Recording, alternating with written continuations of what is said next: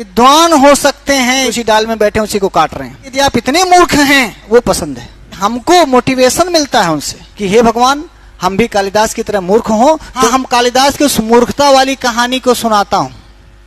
वो सिर्फ इसलिए नहीं कि कालिदास मूर्ख थे, सिर्फ इसलिए कि हम जनता को या लोगों को ये बता पाए कि यदि कालिदास की तरह भी मूर्ख हैं तो हम कालिदास की तरह विद्वान हो सकते हैं। इसलिए मुझे उस कहानी का महत्व है। मेरे लिए उस कहानी का महत्व सच नहीं जानता कि वस्तुतः थे कि नहीं थे, वो जो विद्योत्तमा के साथ उनका संवाद हुआ कि नहीं हुआ, इस पे भी मेरी हम तो थे नहीं और ये सब चीजें, लेकिन वो कहानी मुझे अच्छी लगती है। क्यों? क्योंकि उस कहानी का जो फाइनली फल है, जो प्रयोजन है गुरुजी, जो परिणाम है, वो अच्छा है। और यदि किसी कहानी को सुनाने के बाद परिणाम अच्छा हो रहा है, भाई ये ठीक है, आप ये कह सकते हैं कि सर कालिदास को इतना मूर्ख बता रहे हैं कि उसी डाल में बैठे उसी को काट रहे हैं, तो ठीक है। ये इसको बताने के पीछे का जो मकसद है कहानी के बाद का, वो ये है कि यदि आप इतने मूर्ख हैं तो भी बाद में कालिदास जैसा विद्वान हो सकते हैं। मैं ये कहानी आम जनता को या संस्कृत वालों को इसलिए सुनाता हूं कि यदि हमें कभी ऐसा लगे कि सर हमें कुछ नहीं आता, तो हम कालिदास को याद कर लें कि कालिदास को भी कुछ नहीं आता था। हम पाणिनि की वो कहानी इसलिए सुनाते हैं कि पाणिनि कुछ नहीं जानते थे, गुरुजी के पास गए तो गुरुजी ने कहा कि जाओ शंकर जी की पूजा करो। इसमें मुझे जो इसका कहानी का जो एंडिंग है ना, वो पसंद है। यार किसी को आप बताओगे तो वो भी आदमी भगवान शंकर को जल चढ़ाने लगेगा, तो अच्छा है ना, अच्छा है। भगवान शंकर को ओम नमः शिवाय जपने लगे। और यदि पाणिनि के ऊपर भगवान शंकर डमरू बजा के कृपा करते हैं, क्या पता कौन दिन डमरू बजा दे तुम्हारे साथ और डमरू भगवान शंकर का बज जाए। तो कहानी हम वो सुनाते हैं ना जिस कहानी की एंडिंग अच्छी लगे और लोग प्रभावित हों।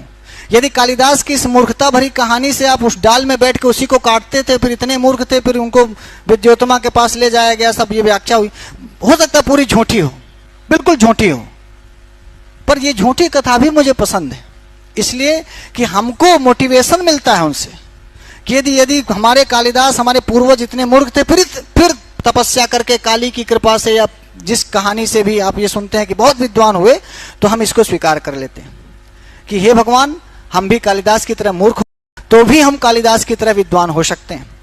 हम रत्नाकर की कहानी वाल्मीकि की इसलिए सुनाते हैं कि यदि आप डाकू डेरा भी डालते हैं, छिनैती उनैती भी करते हैं, चोरी डकैती भी करते हैं, तो भी वाल्मीकि बन सकते हैं।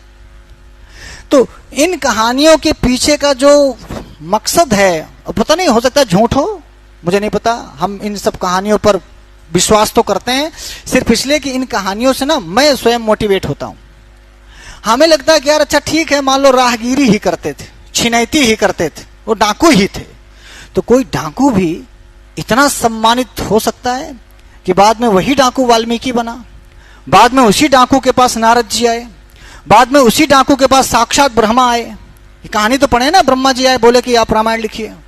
तो सृष्टिकर्ता ब्रह्मा को धरती पे लाके जो खड़ा कर दिया है, तो ये तो वही डाकू है। भगवान करे हम भी वैसे डाकू हों कि हमारे सामने नारद प्रकट हों, हमारे सामने ब्रह्मा जी प्रकट हों, और हम भी वाल्मीकि जैसा 24,000 श्लोकों में रामायण लिख पाते हैं। यदि ऐसा चोर लुटेरा डाकू की ये परिणति हो सकती है बाद में, तो ये तो कहानी सुनानी चाहिए। हो सकता है कोई राहगीरी करता हो इनमें बैठे, ए निकाल निकाल माल निकाल, साले निकाल, नहीं तेरी ऐसी तैसी कर देंगे। हो सकता है कोई ऐसा वाल्मीकि हो, तो भाई साहब तुम्हारे चांस बन रहे हैं। आप समझ रहे हैं क्या कह रहा हूं? अर्थात जिन कहानियों को सुनने, सुनाने, पढ़ने, पढ़ाने के बाद समाज को, लोक को, संसार को, या हमारे विद्यार्थियों को, हमारे आगे आने वाली पीढ़ी को कुछ प्रेरणा मिल रही है, और वो प्रेरणा यदि ग्रहण करने योग्य है, तो ऐसी कहानियों का प्रचार होते रहना ही चाहिए।